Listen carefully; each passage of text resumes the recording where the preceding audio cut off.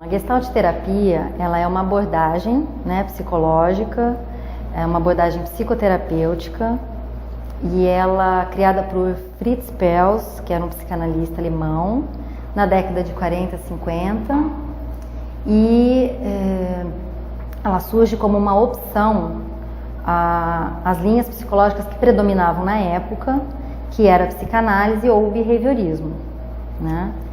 E também surge como uma opção por ser uma abordagem existencial humanista, fenomenológica, que coloca o ser humano no centro da existência dele, né? Acreditando que ele tem total capacidade para se autogerir e se autorregular, né? Nas diversas situações da vida. Ele tem um potencial criativo para se ajustar a diversas situações. Então ela não fica preocupada em alterar comportamentos e nem em identificar traumas, né? Ela fica com a experiência do ser humano, do indivíduo, no aqui e agora. A Gestalt terapia ficou muito conhecida e às vezes até muito criticada por ser uma abordagem aqui e agora, né? E o que é esse aqui e agora? Na verdade, a gente fica preocupado, a gente se foca no que está sendo incômodo para o cliente nesse momento. Esse incômodo, ele pode estar relacionado a alguma coisa passada. E se tiver relacionado a alguma coisa passada, naturalmente a gente vai voltar a esse evento passado para entender o que aconteceu ali, né? Se o incômodo atual dele for algo como uma ansiedade de algo que está para acontecer, então nós vamos trabalhar com esse evento que está para acontecer. Então, o aqui e agora diz respeito ao incômodo atual do cliente. E eu faço uma analogia muito grande entre um mosaico, a construção de um mosaico, né, e a Gestalt terapia. Porque Fritz Perls, ele foi agregando diversos saberes, né, várias teorias, conceitos, experiências pessoais, visões filosóficas, para construir a Gestalt terapia, né? Assim, o mosaico o que é? São diversas partes de diferentes tamanhos, de diferentes cores, que se juntam para dar uma bela peça. E a Gestalt terapia se tornou, então, uma teoria muito consistente e muito eficiente na vida das pessoas. E eu poderia falar de diversas partes deste mosaico, né? Das diversas influências e bases da Gestalt terapia. Mas a que eu escolhi hoje, que tem a ver com o tema que a gente está conversando, que é uma base muito importante da Gestalt terapia, é a teoria organísmica. A teoria organísmica ela é muito importante para a Gestalt terapia porque ela define o que é a saúde para a Gestalt terapia. Ela foi criada por Kurt Goldstein, um neurologista que fez as pesquisas e estudos dele com soldados lesionados da Primeira Guerra, né, por volta de 1930.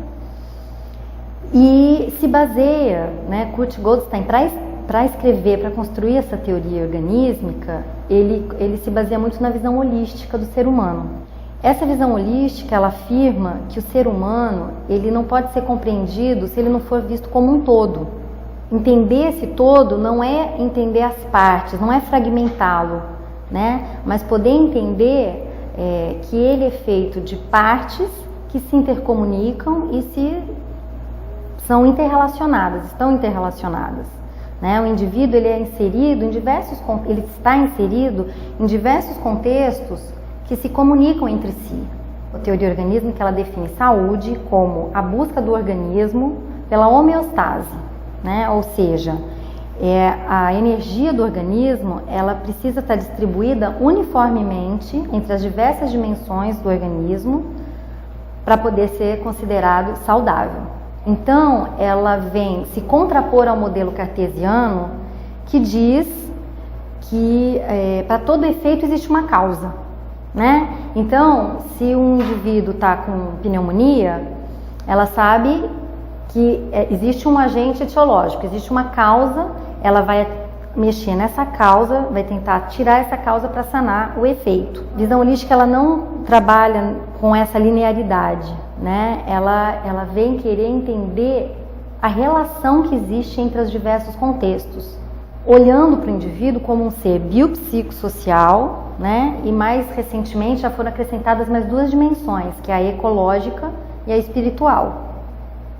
Porque ela entende que o ser humano se interrelaciona também com a espiritualidade dele, com a crença espiritual de cada um e com o meio ambiente. Afeta e é afetado por essas dimensões, né?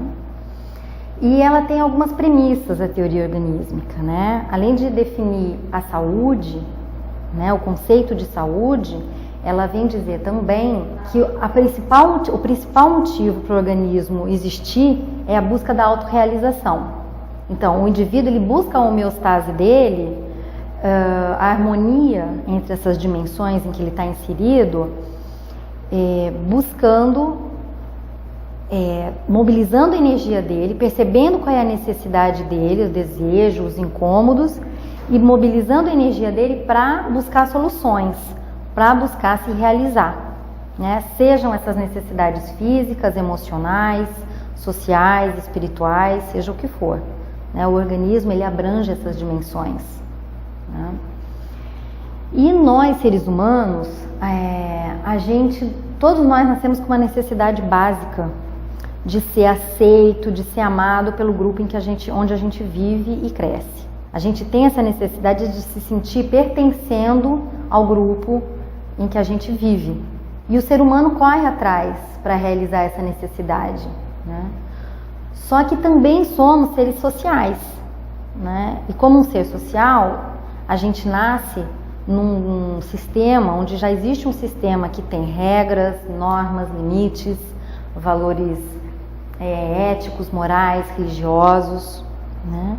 Então, a gente busca a realização dessa necessidade de se sentir amado, de se sentir pertencendo, se adaptando a essas regras, a esse sistema que diz pra gente como a gente deve proceder. O problema é que muitas vezes a gente começa a mobilizar a nossa energia para realizar a necessidade e a expectativa de terceiros, da nossa família, da sociedade, da nossa escola, do nosso professor, do nosso namorado, né? E aí a gente se distancia muito da gente, do que é realmente a minha necessidade, a nossa necessidade, o que é importante pra gente. Vou dar um exemplo bem simples, né? Eu estou assistindo televisão e de repente eu percebo uma sensação de secura na garganta, né? Eu mobilizo, eu me dou conta que eu estou com sede, que faz tempo que eu não bebo água. Então eu me levanto, eu mobilizo minha energia, vou até a cozinha, pego um copo d'água, tomo, volto e sento para voltar a olhar minha televisão, assistir minha televisão. E a minha energia entra em retraimento, né, para que outra necessidade, outra figura possa surgir no meu contexto, né? Essa é uma necessidade muito básica. E para esse processo, a gente chama de autorregulação funcional ou organísmica. Quando a gente começa a se autorregular para satisfazer as expectativas dos outros, da sociedade, do clube em que eu frequento, onde eu frequento, da minha escola, eu começo a me distanciar de mim e começo a me autorregular disfuncionalmente. Então, eu não aproveito todo o potencial energético do meu organismo para satisfazer a outros. É lógico que esse processo é um processo que não é consciente, é um processo que vai acumulando também uma insatisfação muito grande, um distanciamento de si muito grande. A última premissa, né, da teoria organísmica, ela fala sobre adaptação, adaptabilidade do organismo.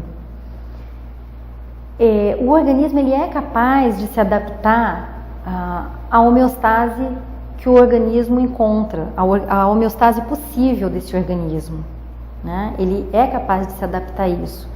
E a gente em Gestalt terapia utiliza um outro conceito que se chama ajustamento criativo. O organismo ele tem o potencial criativo, a tendência criativa de se adaptar às diversas situações. Então, se o meu organismo começa a entrar nesse processo de autorregulação disfuncional, por exemplo, eu vou me casar porque meus pais acham muito bonito e acham muito importante eu construir uma família, né? Mas eu não parei um minuto para pensar se isso é realmente importante para mim. se é o que eu quero para minha vida. Eu simplesmente quero vê-los felizes, satisfeitos. Então, a minha energia, ela não está distribuída uniformemente, porque eu realmente não paro para pensar no que é importante para mim, e sim para os outros.